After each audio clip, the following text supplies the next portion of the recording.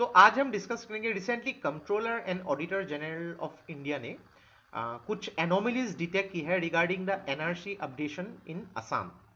तो क्या है यहाँ पे पूरा कॉन्टेक्स्ट, इसको डिटेल में डिस्कस करेंगे। एनआरसी जो है, ये एनआरसी एक्चुअली में है क्या, इसको डिटेल में डिस्कस करेंगे। क्या क्या यहाँ पे रिपोर्ट्स जो है कंट्रोलर एंड ऑडिटर जनरल ने मेंशन की है, और कंट्रोलर एंड ऑडिटर जनरल के बारे में डिटेल में डिस्कस करेंगे। तो देखिए, from Indian polity point of view के हिसाब से बहुत ही इंपॉर्टेंट वीडियो होने वाली है, तो इस वीडियो के अंत तक बिल्कुल देखते रहिएगा।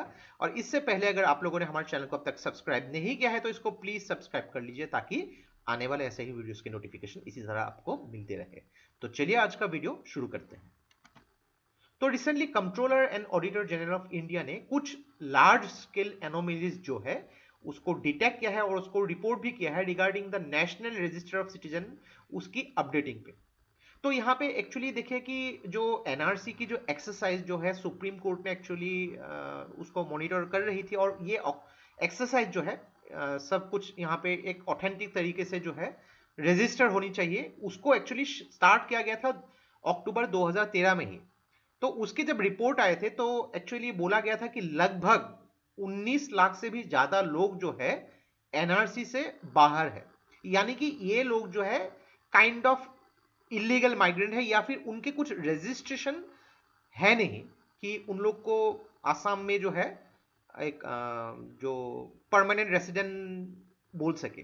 तो इसमें बहुत सारे लोग इंक्लूड हो गए थे। तो बहुत सारे एनोमलीज भी यहाँ पे देखने को मिले थे, बहुत सारे कंप्लेन भी देखने को मिली थी यहाँ पे। तो उसके बाद जो है controller and auditor general of India ने जो आसाम लेजिस्लेटिव असेंबली को एक रिपोर्ट भेजा था दिसंबर 24 2020। तो इसके ऊपर भी काफी सारे बहस हुई, अलग अलग कमिटीज भी बैठी, लेकिन अभी तक जो है कुछ काम में नहीं है। फिर ये रिपोर्ट जो है, ये न्यूज फिर से एक बार न्यूज में आई है, तो इसको हम लोगों ने डिस्कस किया। तो पहले तो जानना पड़ेगा कि एनआरसी है क्या। तो इससे पहले थोड़ी सी एक स्टोरी बोल लेता हूं कि अगर मान लीजिए कि इंडिपेंडेंस के बाद से जब ईस्ट पाकिस्तान हुआ करती थी, आज के जो बांग्लादेश, तो काफी सारे इलीगल इन्फ्लक्स जो है नॉट ओनली आसाम, वेस्ट बंगाल में भी हुई थी। तो यहाँ पे जो है आसाम की पॉपुलेशन, जो डेमोग्राफिक स्ट्रक्चर काफी चेंज हो गए थे। तो क्या हुआ था कि 1979 से लेके 1985 तक जो है बहुत लार्ज स्केल एजिटेशन आसाम में हुई थी, और उसके बाद जो है आसाम एकॉर्ड जो है घोषित किया गया था। और एक्चुअली उस टाइम जो है 25 मार्च 1971 ये एक डेट रखा गया, जिस डेट के हिसाब से यहाँ पे आसाम में या फिर इंडिया में जो भी लोग आए हैं, एक डेडलाइन, यानी कि उससे पहले अगर आए हैं तो उनको आसाम के ही निवासी माने जाएंगे, या फिर उससे पहले आएंगे तो अलग अलग कंडीशंस उसके लिए इंप्लाई किए गए थे। लेकिन देखिए यहाँ पे नेशनल रजिस्टर ऑफ सिटीजन, इसको जो है एक रजिस्टर्ड हम मान सकते हैं based on the census conduct of 1951। तो ये सिर्फ आसाम में ही रजिस्टर हुई थी। तो आसाम के जितने भी विलेजेस में जितने लोग जो है पहले से रहते हुए आ रहे हैं, यानी कि 1951 से, तो उनको यहाँ पे रजिस्टर करने की बात हुई थी।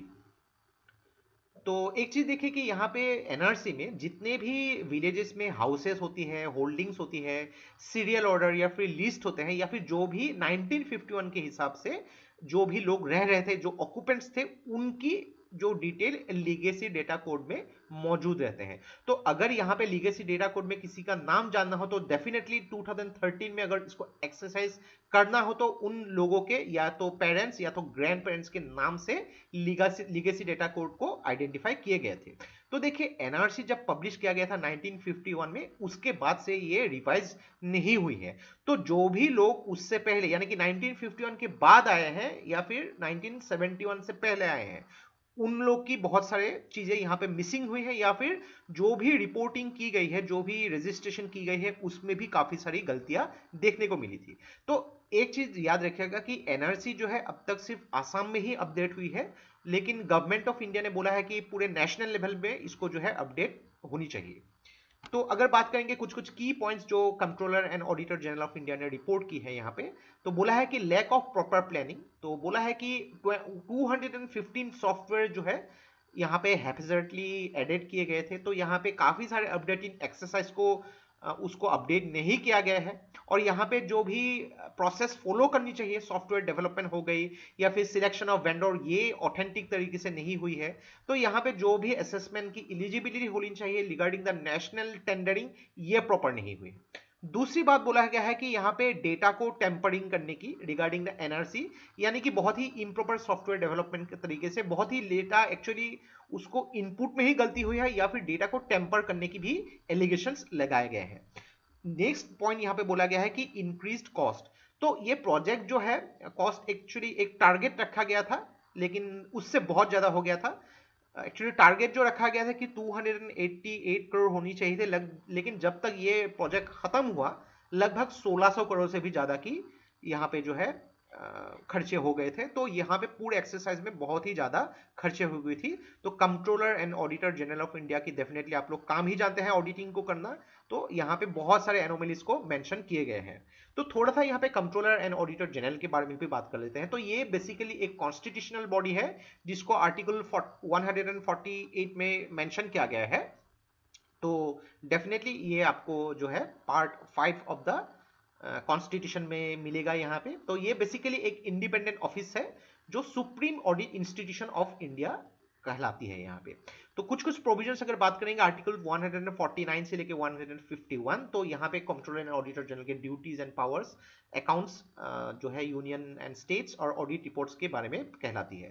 देन आर्टिकल 279 यहाँ पे calculation of the net proceeds के बारे में मेंशन करती है। देखिए यहाँ पे कंट्रोलर एंड ऑडिटर जनरल जो भी बने, उनकी जब टेन्योर खत्म होती है, ये किसी भी गवर्नमेंट ऑफ इंडिया या फिर स्टेट के साथ अपने रिटायरमेंट के बाद काम नहीं कर सकते हैं, बिकॉज ड्यूरिंग हिज टेन्योर, ताकि किसी के साथ भी ये फेवर में काम ना करे या फिर इनजस्टिस ना करे। तो उनको यहाँ पे एक सिक्योर टेन्योर यहाँ पे मिलेगी, लेकिन उसके बाद कहीं पे भी गवर्नमेंट के अंदर काम नहीं कर सकते, not for the government of India इधर और from any state of India. दूसरी बात है कि यहाँ पे सैलरी एंड अलग अलग जो सर्विस कंडीशन है कंट्रोलर एंड ऑडिटर जनरल, ये जो है पार्लियामेंट डिटरमाइन करती है, और कोई भी मिनिस्टर जो है कैग को पार्लियामेंट में रिप्रेजेंट नहीं कर सकती है। तो बहुत इंपॉर्टेंट, आप अगर इंडियन पॉलिटी बुक में देखेंगे तो controller and auditor general of India के बारे में डिटेल में मेंशन भी किया हुआ है। तो ये था हम लोग का complete analysis regarding the Assam NRC updation, जहां पे कंट्रोलर एंड ऑडिटर जनरल में फिर से जो है कुछ एनोमलीज डिटेक्ट की है और उसको रिपोर्ट की है। तो आशा करता है इस वीडियो से आपको बहुत कुछ चीजें सीखने को मिला होगा, और ये वीडियो अगर आप लोग को अच्छा लगा इसको प्लीज लाइक कीजिए, इसको सब्सक्राइब कीजिए, इसको शेयर कर दीजिए। तो आज के लिए बस इतना ही, देखते रहिए study rise, take care, thank you and जय हिंद।